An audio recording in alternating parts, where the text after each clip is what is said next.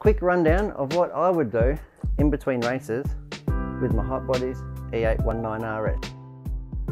Hi guys, it's Brett here from Hearns Hobbies, and today I'd like to talk to you about a race car preparation. And this is something that we'll do in between races at the track. It's just going to be a quick video on stuff that I do. It's all very personal and everybody has their own routine, I suppose, but this is a couple checks I do over in between races at the track with my Hot Bodies Racing E819RS.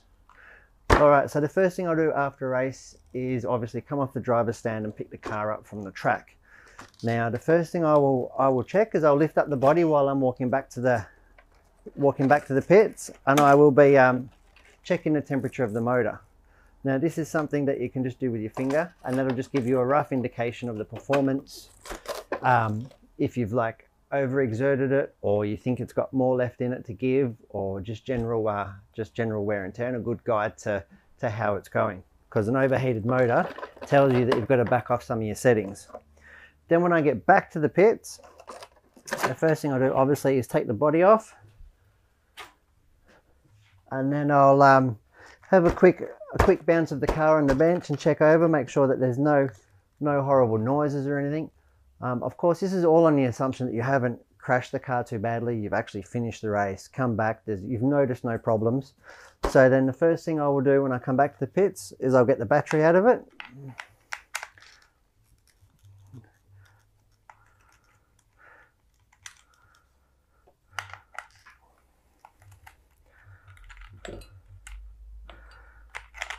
The reason I get the battery out of it is to, because the battery will probably be a little bit warm too, is to give that the most chance of cooling before it goes back on charge. Now I would have already had another one charged and ready to go in, but I won't necessarily do that at this stage. The next thing I'll do is I'll put it on the stand and I'll get the wheels off. Now you can see these wheels are obviously nice and clean. They've been cleaned by myself prior. As a rule, if there's time, I will wash the muck off the tires and the dirt off the tires in between races, so that I can get the most benefit out of the tire source, or the traction additive that I put onto the tires, to get them really nice and sticky and working well. So we'll get the wheels off. Now upon doing that, before I go any further, I'll check the wheels, or the tires. It's quite common that during a race you can actually damage one without really noticing or knowing. So you'll just pull it usually around the bead of the rim, and you'll see exactly if there's any damage or tears, or it's coming unglued. Of course, if it's coming unglued, then you just whip out your super glue or your tire glue and just fix where it needs to be fixed, glue it back up, and that'll ensure that you don't not finish the race because you've had a tire failure or blow apart your tire, because they will, if they come unglued, they will just tear in half. Okay, so the next thing I do is I'll get out my trusty old Aromax brush here, and I'll give the car a good brush off, get most of the dust and muck off and that sort of thing. While I'm at it, I'll be doing little checks like checking the gear mesh, make sure that the motor hasn't moved during the race or a knock. That all feels nice and smooth. I'll activate the steering one way to the other. Again, just ensuring that there's no damage or abnormal noise. Then I'll go as far as taking it off the stand, giving a good eyeball, making sure everything's all connected, all nice and smooth. Give the drive shafts a rotate, make sure that nothing's bent or binding. Then the next thing I personally like to do is I'll throw it straight onto my 30mm droop blocks, like so.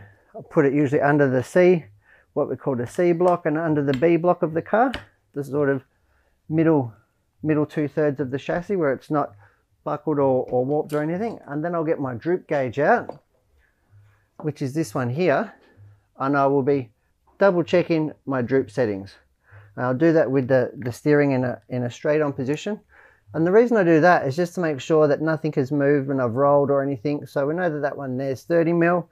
The one over here, see, that's about 29mm. So what I'll do then is I'll take out my droop screw adjuster, a 2mm ball end Allen key on this, make a slight little adjustment there, get that down. Perfect. Now I know that the front of the car will land square and have even contact on the on the racetrack and over bumps. Excuse me. I'll do the same thing with the rear. That's set at 19 on this side. Over here we're looking at about 22 mil. So there's a bit of a difference there. So that indicates that there might be another problem with the sway bar mount or something. So you can also get dirt and debris stuck under the drip screw head because where it touches the chassis. So I'll give that an extra brush off on both sides, double check it again, and that's come to perfect. That's come to exactly where I want it to be. Must have just had a little rock stuck under there. So then I'll go as far as sticking the new battery back into the car, ready for the next race. Obviously it's been fully charged and ready to go. Hopefully by now your other battery's cooled enough that you can either get it on charge, or if you've even got 3 batteries, that's the best, because you can really give it a good time. Now, like I said, I would usually have soaped the tires off, scraped all the mud off them, and that, give them a light scrub with a scrubbing brush to get all the dirt and stuff off, so they effectively look like that before they go on the car. At which point they'll go back on the car. Do these back up.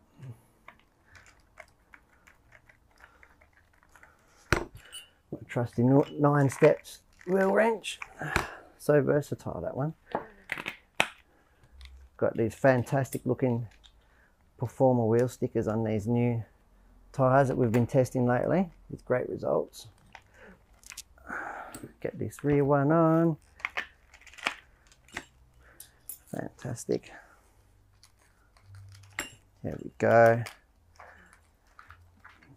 And we make sure that that's all nice and secure. Now the next thing to do after the wheels are on, before the car is close to going out on track, I'll check the ride height. Now that ensures, maybe I've changed tyres, maybe I've changed over to a different tread pattern, or a different set that's more worn, less worn, slightly different diameter. So what I'll do then is I will check the ride height, and I'll do that. Everybody's got their own way of doing it. There's no right or wrong way. People will tell you that there is, but as long as you do it the same every time and you know your measurements, then that's it. So then I've got my beautiful Hobbies ride height gauge here, which is a fantastic bit of equipment. So that's on there. I'll set that to 27 mil on the front.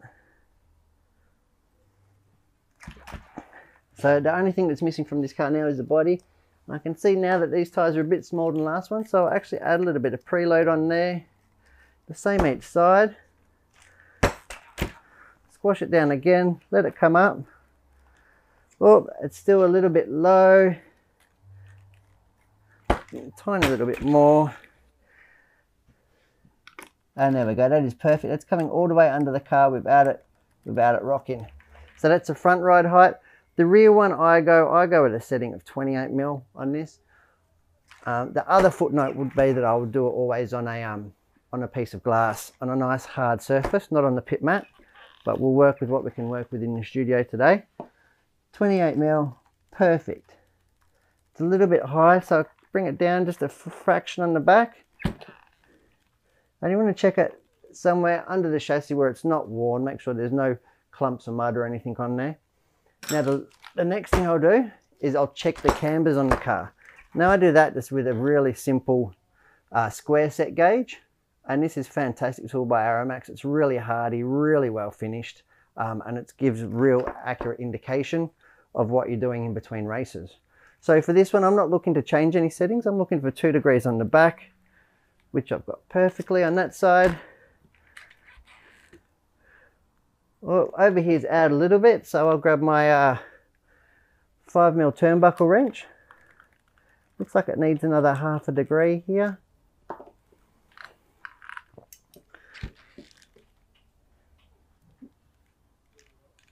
That is perfect, touching top and bottom at the same time, which is what we want to see.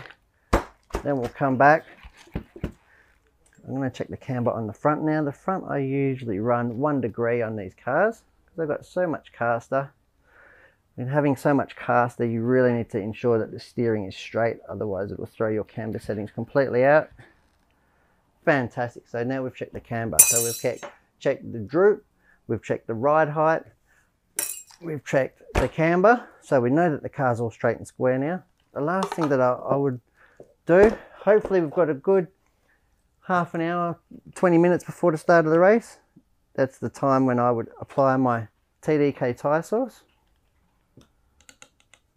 And I do that, you can do it, I've used it quite effectively lately in a little sprayer spritzer bottle, but you can do it like that. Just put a few dots on. It's not the best with these big lug off-road tyres, the applicator, but you'll get it on a nice even coat.